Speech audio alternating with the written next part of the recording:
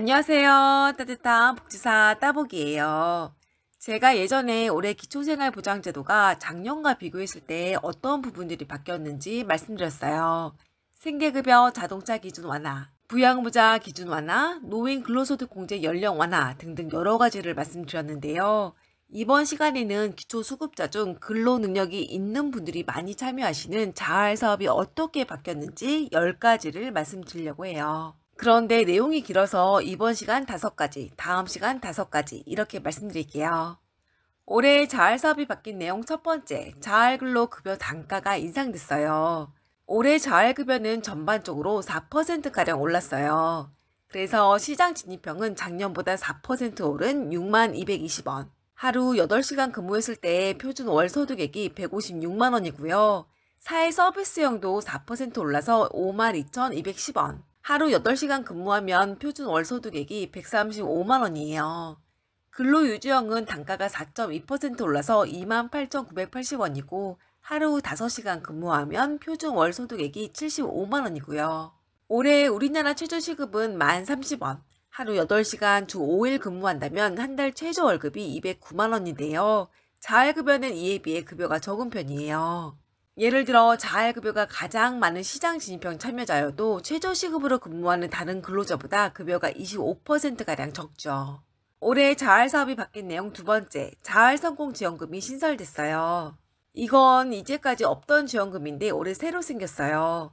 그래서 올해부터 근로능력이 있는 생계급여 수급자가 자활근로 후에 민간 취업 등을 해서 탈수급하면 6개월 후 50만원, 추가 6개월 후에 100만원에서 연간 최대 150만원을 받을 수 있게 됐어요. 예를 들어 2025년 6월에 민간시장에 취업했다면 6개월 후인 2025년 12월에 50만원 받고 그 이후에도 6개월간 계속 취업 상태에 있으면 2026년 6월에 100만원을 추가로도 지원받게 되는 거예요. 정부는 이렇게 하면 더 많은 수급자분들이 민간 취업시장에 취업할 걸로 보고 있어요.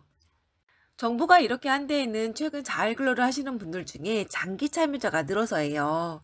정부는 자활근로자분들의 자활급여가 인상되고 이분들에 대한 수급 혜택이 많아지면서 장기 참여자와 자활 역량 미약 참여자가 늘었다고 했어요. 실제 데이터를 보면 자활근로 하시는 분들 중에 60세 이상 비율, 4년 이상 장기 참여자 비율이 이전보다 늘었는데요. 정부는 자활근로자분들에게 자활성공지원금을 드리면 이분들이 자활사업에 참여하는 것보다 민간시장에 취업하는 게 더 나을 거라 생각해서 자활사업 대신 민간시장에 취업할 거라고 보고 있어요. 그래서 올해부터 이렇게 자활성공지원금을 드리는 거죠. 올해 자활사업이 바뀐 내용 세 번째, 자활역량평가표가 개편돼요. 사실 이 부분은 작년 11월 말에 바뀌었는데 모르시는 분들이 많을 것 같아 이번 영상에서 말씀드릴게요. 정부는 생계급여 수급자에게 근로능력이 없으면 수급자분이 일을 안 해도 생계급여를 드려요. 이런 분들이 바로 일반 수급자이죠. 반대로 생계급여 수급자에게 근로능력이 있다면 정부는 이분이 진짜 일을 할 수 있는지 봐요.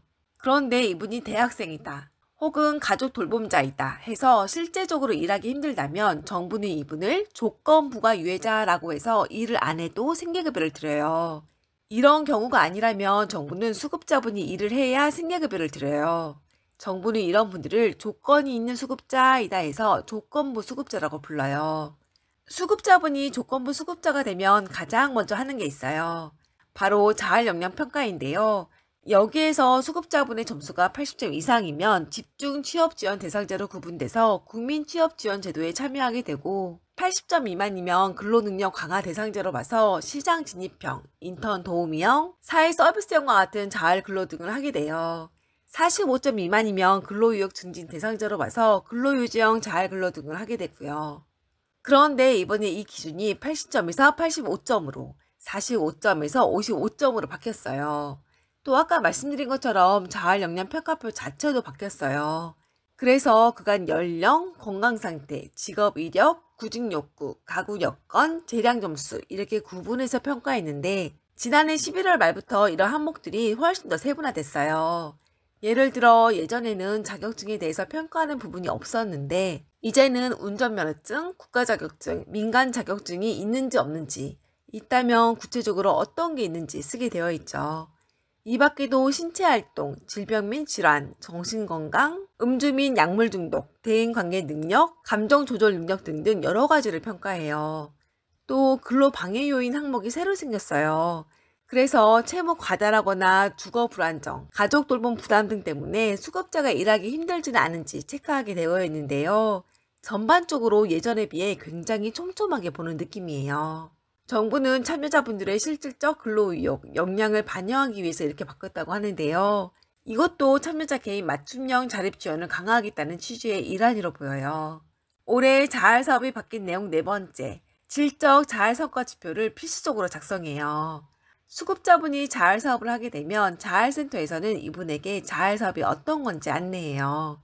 그 다음 참여자에 대한 여러 정보들, 예를 들어 이름, 연락처, 주소, 학력, 가구 형태, 수급 유형 등등을 확인하고 게이트웨이 과정에 대해 설명해 주죠. 이런 과정을 초기 상담이라고 하는데요. 올해부터는 이 과정에 질적 자활성과 지표 작성이 추가됐어요. 사실 이건 예전부터 있었는데요. 이게 필수까지는 아니었거든요. 그런데 이번에 필수로 바뀌어서 이게 작성이 돼야 다른 것을 작성할 수 있게 바뀌었어요. 그래서 자활사업 참여자라면 누구나 반드시 작성해야 하죠. 이 지표는 이렇게 생겼어요. 지표 몇 개만 잠깐 말씀드리면, 나는 내가 원하는 직장에서 일할 수 있다. 나는 내 기술을 활용하여 원하는 일을 하기 위한 경력을 쌓고 있다. 나는 지금보다 더 많은 수입을 얻는 방법을 찾아낼 것이다. 나는 취업에 필요한 사회생활 경험을 갖추고 있다. 나는 사업단 동료들이나 실무자와 도움을 주고받는다. 이런 것들인데요. 이걸 자활사업 처음 시작할 때 한번 하고 종결할 때도 해요. 정부는 참여자분이 자활사업에 참여하면서 자활의지와 근로장벽 인식 등이 어떻게 바뀌었는지 측정하기 위해 이렇게 변경했다고 하는데요. 필수 작성으로 바뀐 만큼 이 부분을 중요하게 생각하는 것으로 보여요. 올해 자활사업이 바뀐 내용 다섯 번째, 희망저축계좌2 지원이 확대돼요.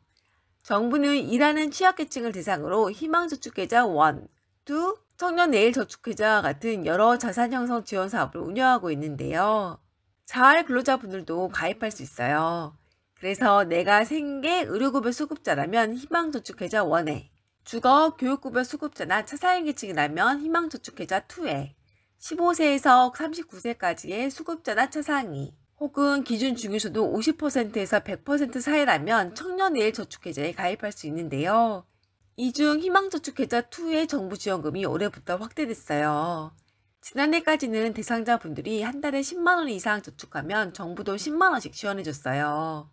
그래서 한 달에 10만원씩 3년간 저축하면 본인이 저축한 돈 360만원, 정부 지원금 360만원에서 총 720만원의 이자를 받았는데요.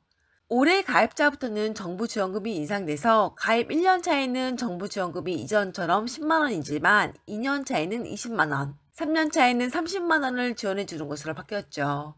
그래서 3년간 월 10만원씩 저축하면 본인이 저축한 돈 360만원, 정부 지원금 720만원에서 총 1080만원을 받게 되고 이자까지도 별도로 받을 수 있어요. 정부는 생계, 의료급여에서 벗어난 저소득층의 근로를 통한 자립 기반 형성 지원을 위해 이렇게 바꾸었다고 하네요. 오늘은 2025년 자활사업이 바뀐 내용 5가지를 말씀드렸어요. 자활급여 단가 인상, 자활성공지원금 신설, 자활역량 평가표 개편, 질적 자활성과 지표 필수 작성, 희망저축계좌2 지원 확대 이렇게 있는데요. 현재 자활사업에 참여하는 분이나 수급자를 신청하려는 분들에게 조금이라도 도움이 되었으면 좋겠네요. 그럼 저는 오늘 여기까지 하고 다음 시간에 자활사업이 바뀐 내용 나머지 5가지에 대해서 말씀드릴게요. 너무나도 좋은 시간 보내세요.